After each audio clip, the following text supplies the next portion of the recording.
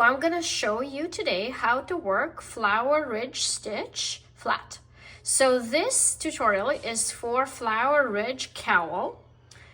For the hat version, there's one small detail that's different. There's 2 purl stitches between the flowers, not one, but here there's 1 stitch. That's the only difference.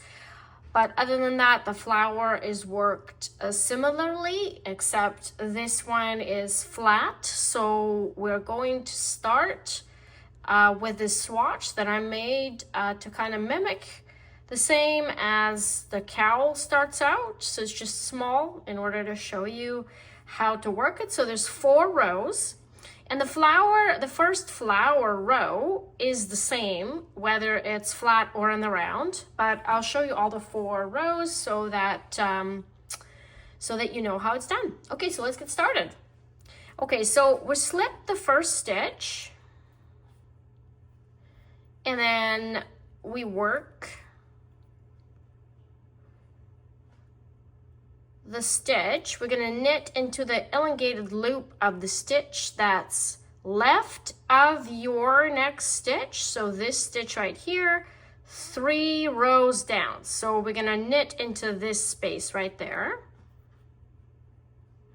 And we're going to pull out an elongated loop like this. And then we're going to knit 3 stitches. I'm a combination knitter, don't mind that. So however you normally knit the 3 stitches is fine, 3 stitches. And then you're going to knit into the same spot once more time and pull out another elongated loop. And that's your flower, that's your first row. And I'm just gonna work it 3 more times. And then you purl next, or you purl 2, depending on your pattern instructions. Some patterns have 1 purl stitch, some patterns have 2. Doesn't really matter. Okay, so let's get started. Again, left of your next stitch, 3 rows down. Pull out an elongated loop, knit 3 stitches. And then again, pull it out, but don't make it super tight or super loose. And then purl 1. And then let's work this twice more. So 1, 2, 3.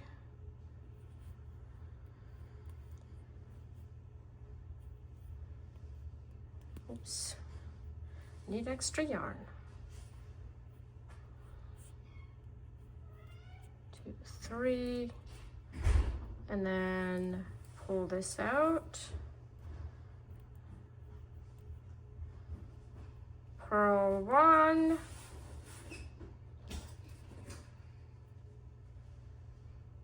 one, 2, 3,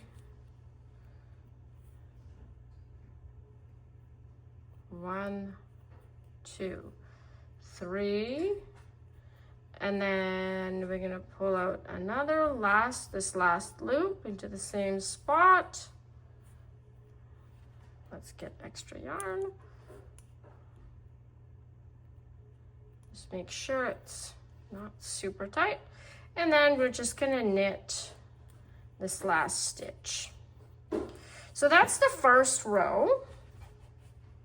And because you've introduced extra stitches, there's gonna be more stitches, but some of them are elongated loops. And so that's why I wanted to show you how to work those. Okay, row number 2, so you slip the first stitch, and then you're going to slip the next stitch, which is an elongated loop. It's not a real stitch, it's a loop that you pulled out earlier. So you just slip it purl-wise with yarn in the front, and then you're gonna purl the next 3 stitches. And then you're going to do the same, so purl-wise, you're gonna slip it with yarn in the front. Knit the next stitch, and here you have to make sure that you are slipping the correct stitch. Sometimes, there you go. Slip with yarn in the front, and then purl 3, slip with yarn in the front, and then you work like this till the end of the row. And that's your second row. And there's actually 4 rows total that you keep working until you're done. The first row is the most fiddly one and the most yarn intensive. This stitch eats up a lot of yarn. So, okay, so the last stitch you're just gonna knit. So third row, you're going to reduce these stitches, these elongated loops, you're going to reduce them and go back to the original stitch count. So you're going to slip the first stitch, and that's what you do in the pattern as well. You slip the first stitch, and then you're going to work SKP, so slip, knit, pass, slip, stitch over. And now you're back to, it's very important to note that your, this is how it should lean. And in this case, SKP actually achieves this. And then knit 1, and then the next 2 stitches, you're going to knit them together. And that's what it looks like. That's your flower that's done, and you're back to the 3 stitches for the flower you started with.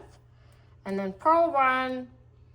You can also do SSK if that's easier for you. I mean, it actually looks the same in this case, but I'm gonna continue with SKP just so that, to be consistent. Okay, slip, knit,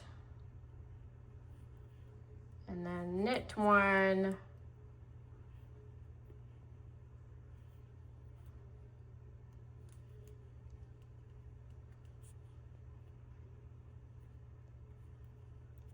and I'm going to complete this.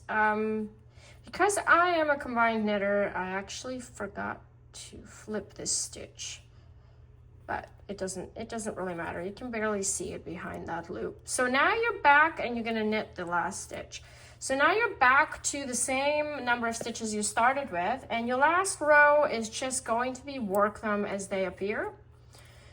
So you're going to purl 3 and knit 1. Purl 3 to the end of the row. Purl 3, knit 1. Purl 3, knit 1. Purl 3,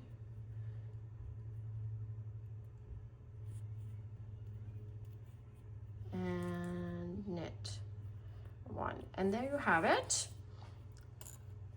I worked 1 repeat here, and that's what it looks like, and that's pretty much it. I hope you learned something new today, and have fun knitting. Bye.